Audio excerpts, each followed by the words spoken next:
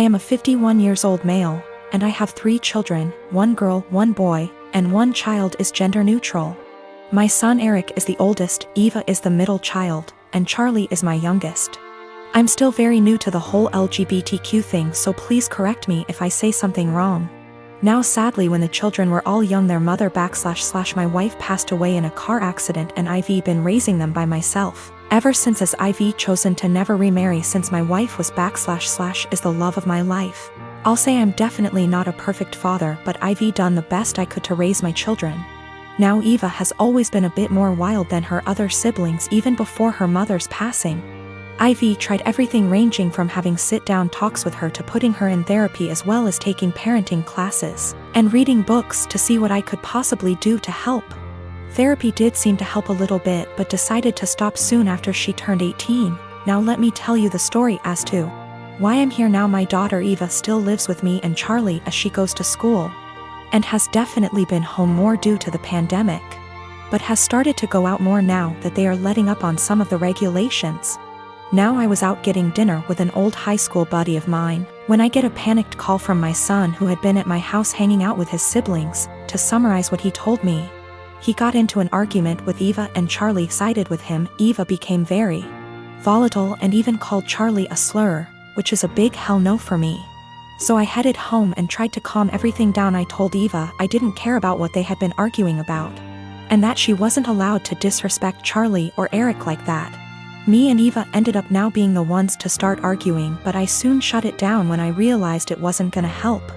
I forced her to apologize and took away her car privileges until she could learn to respect her siblings, and I thought it was the end of that. Well, the next morning after work I ended up coming home and finding scraps of papers all over. At first I didn't get it, but then soon found out that she cut up about half a dozen letters her mother had written me when I was much younger. I was livid.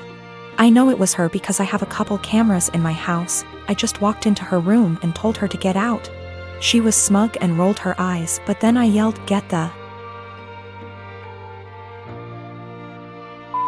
out of my house," and she realized I was serious. She was crying and screaming, but I had felt sorta numb at that point, and she left with a friend of hers. But now I feel like I was being too harsh, but I wanna stand my ground. She did know about the cameras, but they're really just there for my dog.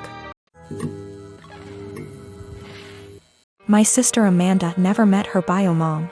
My dad raised her alone until she was barely 1. My dad and my mom got married in 1992. Amanda knew that my mom wasn't her bio mother. She started pressuring my dad for information on her mom when she was around 17. My dad always gave her vague answers and refused to talk about her bio mom, which put a strain on their relationship. Enters our uncle and revealed the family secret. Apparently, Amy's mom wanted an abortion. She was 19. But my dad and his parents were able to bribe her. They offered her money if she followed up with the pregnancy, and she accepted.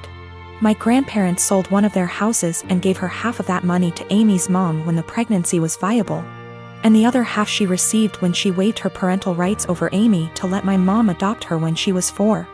My uncle wasn't supposed to tell her that. My grandparents were furious.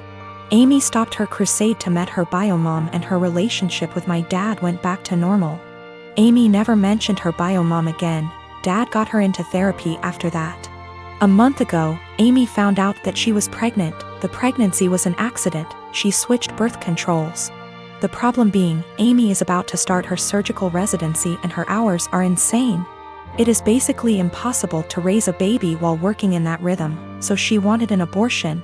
The problem is that Mark, her fiancé, 6 years together, wanted her to keep the baby. It caused a big fight. In a move to convince Amy to keep the baby, Mark told Dad about this. Until that point, no one in our family knew about this. Dad talked with her, and they got into an enormous fight. Amy got the abortion 10 days ago. Mark ended up breaking up with her. She is obviously really sad. My dad was acting like a jerk. He was pretending that Amy didn't exist. He didn't want to talk or see her. So on Christmas Day, we were exchanging gifts. When everyone had already finished giving each other gifts, Dad got up and gave Amy her present. He gave her an envelope in front of everyone and told her to open it. It was 3 pictures with something written on the back, a name, an address, and a phone number. Dad told her that he was tired of babying her, that this is a photo of her bio mom and her 2 sons. That was her bio mom address, and that he contacted her bio mom and she is willing to speak with Amy. He gave her Amy's number. Dad thinks that they will have a great relationship since they are so similar. Amy broke down crying. I ended up in a fight with Dad, called him a monster for doing that to her. He just said he was just tired and left. We ended up leaving and she spent the rest of Christmas crying on my shoulder. She is a mess since that. My younger brothers called me a Grinch for making a scene and ruining Christmas. My mom was silent during the whole thing. My parents have been giving me the cold shoulder since Christmas. My wife and I bought a 4-bedroom house in PA that my son lives in. Our son went to college in PA and wanted to stay in the area. So we bought the house as a second home. We live in NJ and commute into Manhattan for work. We figured that he would have a place to live and we could visit every so often and spend some quality time together. We pay the taxes and services / maintenance on the house. Our son pays for his groceries and the house utilities. All was going well for a few years. Our son meets a girl and they get serious. We met her and she seems nice enough. They announce their engagement and she moves into the house with our son. Now for the problem, the wedding. We hold a little get-to-know-you barbecue at the PA house. My son and daughter are there, as are our son's fiancé and her parents. And sisters. We all seem to be getting along well. My wife, daughter and the fiancé go into the house along with her mother and sisters and my son. A few minutes later my wife and daughter come out and are really upset. They come over and tell me we're leaving and driving back to NJ. I try to find out what happened. Once we get back to NJ and they calm down, they tell me that our son and his fiancée along with her family don't want us at the wedding. According to what I was told, we're not their kind of people. I was livid. I called my son and asked him WTH this was about. He tells me that her family feel that we are not good enough and will embarrass them at a family wedding, and that we are all uninvited from the wedding. I let a week go by to calm myself down and drive back to the PA house. The new future in-laws are in the house along with the fiancé.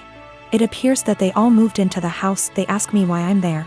I tell them that since we aren't invited to the wedding, I was coming over to talk to my son. They tell me to leave their house. I lost it and told them that they had 30 days to get out. Tell my son I'm selling the house and he could find somewhere else to live with all of you. I go to a realtor in town and list the house for sale. They call my son at work and tell him what I said. Apparently they thought that he owned the house. He calls me and asks why I'm selling his house. I tell him I paid for it along with the taxes on it and it is mine. He was living there rent-free, but since he doesn't want us in his new life, he has to get out. I tell him the same as I told his future in-laws. They have 30 days to get out, then I'll get a lawyer and get them evicted. Am I the for taking a hard stance on this? He is my son, but the in-laws seem to take over and we no longer count. In January of 2019, my husband was diagnosed with a brain tumor. It was in a completely inoperable part of the brain, and was told me had 6 months to live. He stuck it out and died in October, 3 months longer than he was expected to. He was always positive, and decided a few weeks after his diagnosis that he would write letters for our daughters for significant events in their lives. My husband was my soulmate, and the past few months have been difficult knowing I've lost him. We have 2 daughters, Mia who is 21 and Imogen, Imi, who is 19. All 3 of us have become a lot closer since their dad's death, and we've all really struggled. My husband and I were together since we were children. Got married when we were 18 and we were approaching our 20th wedding anniversary when he passed. In February of this year, Mia got married to a boy she's been with for about 6 years. I absolutely love her husband and he's been incredibly supportive during all of our grief. My husband wrote a letter for Mia to open on her wedding day. It's worth noting that my daughters were unaware of these letters. It was my job to give them to our daughters. Her wedding day comes around and I just can't bring myself to give her the letter. I read it and just wanted to keep it to myself. I had his handwriting and his words and it felt like he was there, and I couldn't bear the thought of giving that up yet. I was fully intending on giving her all the other letters as the events happened. Last week Mia and her husband bought their first home together. They'd been living at our home since they got married, and so had a lot of stuff to pack and move to their new house. Mia asked me where her important documents were, passport, birth certificate, etc. So I told her they were in my top drawer of my dresser in my bedroom. The only letter that was in there was the one I was meant to give her on her wedding day, the rest were hidden away. She immediately recognized his handwriting, and of course it was addressed to her, so she read it and broke down. She came and found me and started screaming at me, asking how I could be so selfish. I didn't really know what to say apart from the fact that I wanted to keep it and she could take a picture of it. Both my daughters called me an asshole and are convinced I'm keeping them from a load of their dad's stuff.